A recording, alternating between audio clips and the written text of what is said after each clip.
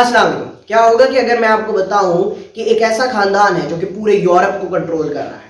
Banks, industrialist, politician, bureaucrats और even military officers इनके under आते हैं और 2023 के अंदर इनकी नेटवर्थ $700 बिलियन तक पहुंच चुकी है। इनका influence white house, world economic forum और यूनाइटेड नेशन और दीगर बड़े बड़े इंस्टीट्यूट्स, ऑर्गेनाइजेशन और कंपनीज में भी है। इतना ज्यादा पैसा और इन्फ्लुएंस होने के बावजूद भी कोई भी इनको नहीं जानता। इसकी बड़ी वजह यह है कि ये खुद पब्लिक प्लेटफॉर्म पर नहीं आते।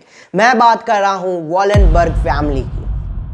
अब हमारे पास यहाँ पर यह सवाल नहीं था कि ये खानदान क्यों है, कैसे है, इनका नाम कैसे है, रहते कैसे हैं। हमारा मेन सवाल है कि ये इतने अमीर कैसे बने। आइए चले जानते हैं इस वीडियो में कि इनका सीक्रेट क्या है।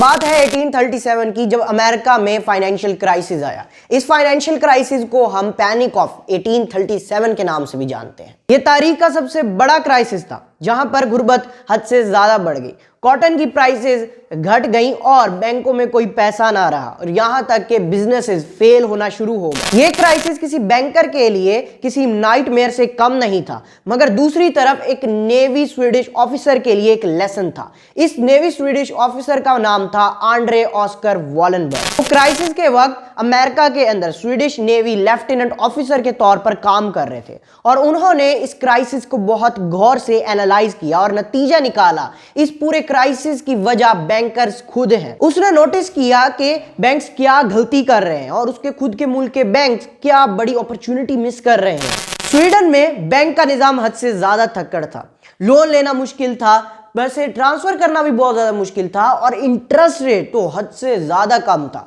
और ये वो टाइम था जब स्वीडन तरक्की कर रहा था और बिजनेसेस अपने नुक्ता अरूज पर थे और लोन ही वो अपॉर्चुनिटी थी जो कि बैंक्स मिस कर रहे थे। बैंक्स एक बहुत पावरफुल टूल है कंट्री को ऊपर ले जाने में।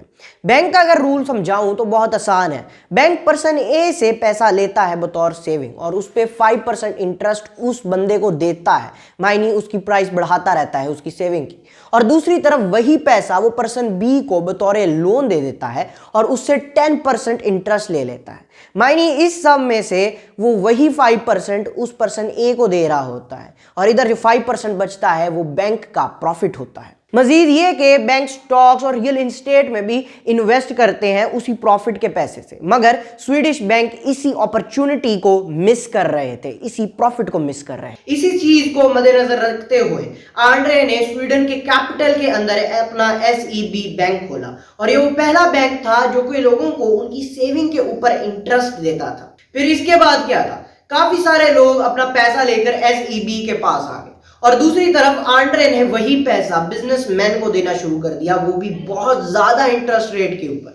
चंद सालों के अंदर SEB बहुत ज्यादा फेम कमा गई और इन लोगों ने पूरी स्वीडन की इकोनॉमी को अपने अंडर ले लिया। मगर ये लोग तो यहां पर भी ना रुके, इन्हें तकरीबन हर कंपनी के अंदर इन्वेस्ट करना शुरू कर दिया और एक टाइम ऐसा आया कि स्वीडन में कोई ऐसी कंपनी ना थी जिसके अंदर इनके शेयर्स ना हो।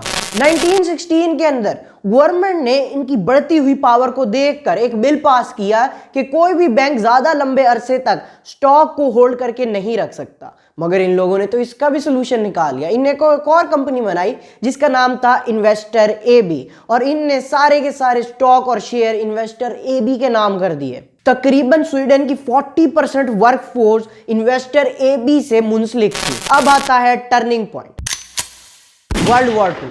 वर्ल्ड वॉर II दो ग्रुप्स के दरमियान लड़ी गई थी। पहला ग्रुप था अलाइज का ग्रुप जिसमें आते थे USA, UK, फ्रांस और सोवियत, और दूसरा ग्रुप था जापान, जर्मनी, इटली। जहां पर ये दो मुल्क एक दूसरे की जान के जानी दुश्मन बन चुके थे, वहीं पर वॉलेनबर्ग सोच रहे थे भाई अब पैसा कैसे कमाया जाए।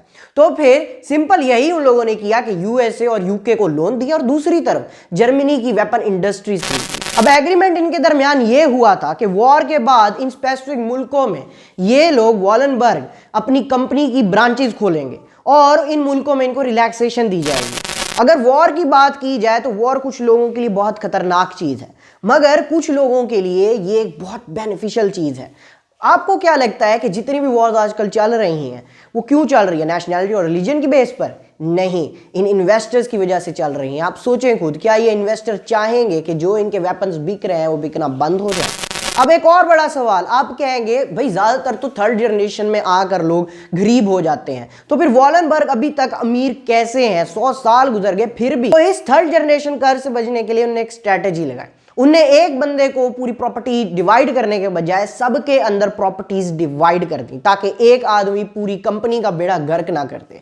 और एक और भी इनकी बहुत अच्छी स्ट्रेटेजी है कि सबसे पहले जो बनने वाला होता है कंपनी का ओनर, उसको पहले ट्रेन किया जाता है, और जब वो अपनी कैपेबिलिटी साबित कर देता है कंपनी के अंदर, तो फिर उसको उसकी ओनरशिप दी जाती है। अब इस बारे में कुछ नहीं कहा जा सकता कि ये कितने सालों तक दुनिया की अमीर तरीन फैमिली रहेगी, मगर इतना जरूर कहा जा सकता है कि आज भी आधे से ज्यादा हिस्ट्री दफन है।